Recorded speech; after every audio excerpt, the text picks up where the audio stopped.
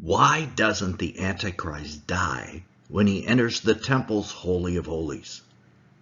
A question that often gets asked is just this: why doesn't the Antichrist die when he enters the holy place at the abomination of desolation? The high priests were always at risk when they entered the holy place and had to take numerous precautions when they entered on the Day of Atonement. You know, the one day a year when any living human was allowed to enter it. And these guys were relatively righteous.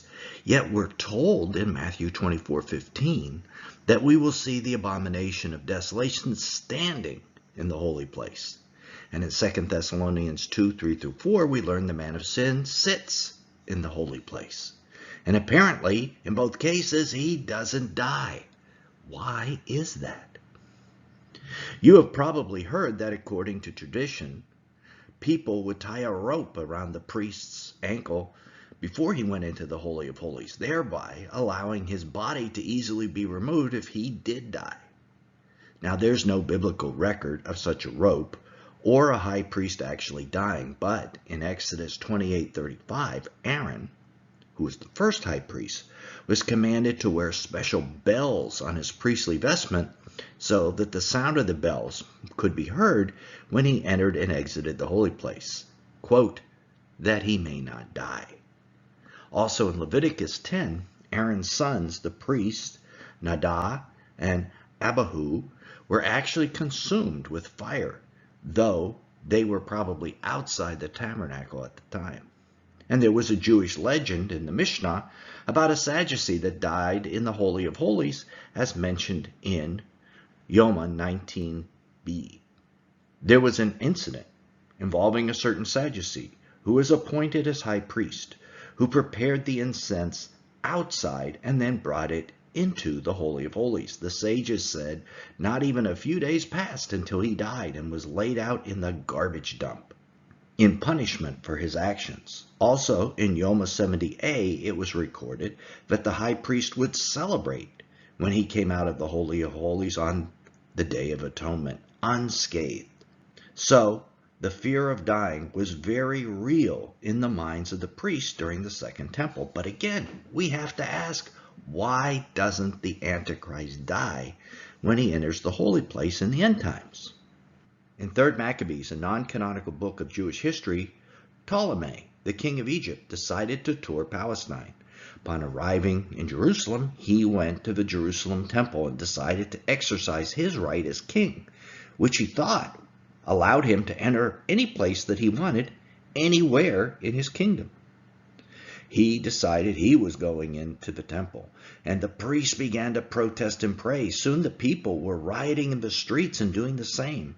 The arrogant king stepped forward and tried to enter the holy place. At the very last moment, however, an invisible force prevented the king from going forward. In fact, he was tossed from side to side, and he lay helpless on the ground, not able to move or speak. His bodyguards hastened to revive him. This frightened everybody. So there is at least a lot of anecdotal evidence about people having problems entering the holy place, and there being a lot of fear that something was going to happen if they did. But you know, later unclean people did enter the Holy of Holies and live. In 169 BC, Antiochus Epiphanes, the Seleucid king, entered the sanctuary and took the golden altar of incense, the golden menorah, the table of showbread, as well as the veil of the Holy of Holies. Then in 167 BC, he desecrated the temple when he erected a statue of Zeus on the altar. It is very likely that either he or someone else entered the Holy of Holies at that time. And in 63 BC, it said the Roman general Pompey desecrated the temple by brazenly entering the Holy of Holies. So why didn't any of these guys die?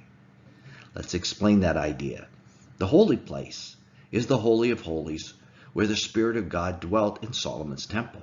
The high priest was able to enter once a year, after he had prepared and been properly cleansed according to what the Torah said, and then he could enter and make atonement for the entire nation.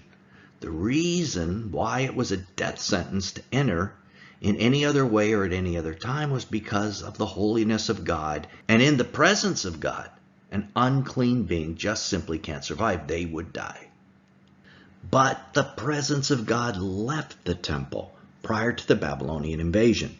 Then the glory of the Lord departed from the threshold of the temple and stood over the cherubim. And the cherubim lifted their wings and mounted up from the earth in my sight. When they went out, the wheels were beside them, and they stood at the door of the east gate of the Lord's house, and the glory of the Lord of Israel was above them. Ezekiel 10:18 through 19. We have no record of that presence ever returning. And the fact that there was no Ark of the Covenant present after that supports that thought as well. And, of course, we know in Matthew 23 that when Jesus called out woes upon the Pharisees, he declared the temple desolate until they acknowledge him as a Messiah by saying, "Blessed is he who comes in the name of the Lord." And that God really left the temple that day by Jesus walking out of it. So in our opinion, there was no godly presence in the Holy of Holies for Antiochus or Pompey to encounter. In addition, we know that at Pentecost, after Jesus' ascension, the Holy Spirit entered believers and we became the temple of God, or a better translation, the dwelling place of God. So the Spirit of God does not dwell in a physical temple anymore. It dwells in you and I as believers. The Holy Spirit is within Christians. The reason we don't die in the presence of that Spirit within us is because we've been cleansed by Jesus' blood. We've been made a holy vessel worthy of the Spirit. Okay, so let's get back to that original question about the Antichrist and why he doesn't die in the Holy of Holies. The answer is the same as Pompey and Antiochus. The presence of God isn't going to be there. The Holy of Holies in that future third temple is just going to be any old room. And if there is a third temple, it will just be a building. Those who build it, the Jews in Jerusalem, will think it is a holy temple and that the Spirit of God will inhabit it, but they will be wrong. The Spirit isn't going to be there. The animal sacrifices the Jews will perform outside the temple are going to be blasphemous. Jesus died once for all. All sacrifices for sin there on the Temple Mount will be a rejection of Jesus' blood as the only true atonement. We'll be carrying that blasphemous animal blood into the Holy of Holies, at least for a time. The temple may look like a holy temple, but that third temple is just going to be a building, one used for blasphemous purposes, almost like a Hindu temple or a Buddhist temple. And thus the Holy Spirit will not be present. Let me say that again. God, the Holy Spirit, will not be present in that temple. But here is the important part. The Jews who will build that building won't know that. And the Muslims won't know that. The Muslims accept the Torah as divine revelation, so it's likely, although they oppose the temple right now, they will accept the temple as well later on.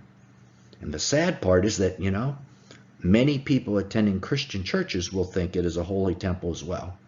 They won't realize that the Spirit of God isn't in that temple. So all three of these groups will expect anyone entering the Holy of Holies, other than the high priest and other on the Day of Atonement, they're going to expect that person to die. So when the Antichrist does enter the holy place, likely on a Passover, everyone in these groups will be absolutely shocked when he doesn't die. He, of course, will say he didn't die because he's God and not a normal mortal human. The fact that he doesn't die is going to confirm this in the minds of everyone watching who has been deceived in this way. This will likely deceive billions. It will be one of the major proofs the Antichrist uses to make the claim that he is God. This deception will work because so many will be thinking you can't enter the Holy of Holies and live. Another possible fake proof that the Antichrist might use will be if he sits on the mercy seat of the Ark of the Covenant. Now, the Ark of the Covenant is another item that, if touched, would lead to death. In 2 Samuel 6:1-7, as the ark was being transported, the oxen pulling the cart stumbled, and it looked like the ark was going to fall. So a man named Uzzah took hold of the ark to steady it, but the power of the ark struck him down, and Uzzah died. This vast power is why the ark was carried by poles. No human could touch it. So it's our theory that it is possible, if not likely, that an Ark of the Covenant will be found, placed in the Holy of Holies, and that when the Antichrist enters that room, the Holy of Holies, he will sit on it, sit on God's throne, so to speak. We know from 2 Thessalonians 2:3-4 that we already mentioned that the man of sin is going to take his seat in the holy place of God. So what is he going to sit on? Possibly the ark, or more likely a copy of the ark. In both Revelation 11 and Revelation 15, we see the Ark of the Covenant is in heaven, in the heavenly temple. So there's only one way then that the real ark could be on the earth for the Antichrist to sit on, and then also later be in heaven. That is, if Jesus carries the Ark of the Covenant back up into heaven when he ascends prior to the seventh trumpet. However, the Bible doesn't record anything about an event like that. So our current opinion, the current opinion of our ministry, is that if the Ark of the Covenant is found on earth, it's going to be likely a fake. However, this doesn't mean Israel won't celebrate finding it and thinking that it's real and treat it like it's real. Just like the Holy of Holies, they will likely be deceived by a fake ark. There may actually even be a third way that the Antichrist will deceive on that abomination of desolation day. We know from Revelation 13:13 that a character known as the false prophet is going to call down fire from heaven in the sight of all people to deceive them into worshiping the Antichrist. Now, is this just going to be a random calling down of fire? Or is it a specific act on that day, the abomination of desolation's day? The calling down of fire upon a sacrifice, happened multiple times in the Old Testament to signify that a sacrifice was acceptable to God. The most famous is when Elijah had a contest with the prophets of Baal to see who could call down fire on their sacrifice. As we know from 2 Kings 17, Elijah was the only one to call down fire, and the people of Israel then killed the 400 prophets of Baal right after that. Other famous individuals calling down fire on a sacrifice were Solomon, who sacrificed before the brand newly built temple of God, had fire come down on it from heaven to sanctify it in 2 Chronicles 7:1. And when David brought the first sacrifice upon the threshing floor of Ornan the Jebusite in 1 Chronicles 21:26. So will the false prophet call down fire on the day of the abomination of desolation to dedicate the sacrifices to the Antichrist and not God? And will he use this fire that he calls down from heaven to further deceive the people? This ministry thinks it very, very likely. So if all these things happen, the Antichrist will have a bunch of things happening and going his way at the abomination of desolation that will deceive many. He will enter the holy place and not die. And he may sit on an Ark of the Covenant copy and not die. And almost assuredly, the false prophet will call down fire from heaven in front of everyone who's watching. This will be shocking to religious Jews, Muslims, and many churchgoers, and so be a great source of deception. This deception would be made even stronger if someone, possibly a Jewish priest, were first to accidentally touch the ark or enter the Holy of Holies and in fact die. I can see Satan arranging some kind of trick in advance to strengthen the deception. Then everyone's mind would be thinking that no one could survive touching these things. These are the kind of things we should be looking for and not be taken in by deception should we live to see these things. But if the presence of the Holy Spirit isn't in the temple, what is desolated by this act? It's called the abomination of desolation after all. If it isn't the presence of the Holy Spirit leaving, what does leave? What is desolated? Click right here to discover what is desolated by this horrible abomination by the Antichrist. Till then, this is Nelson. and I'll see you there.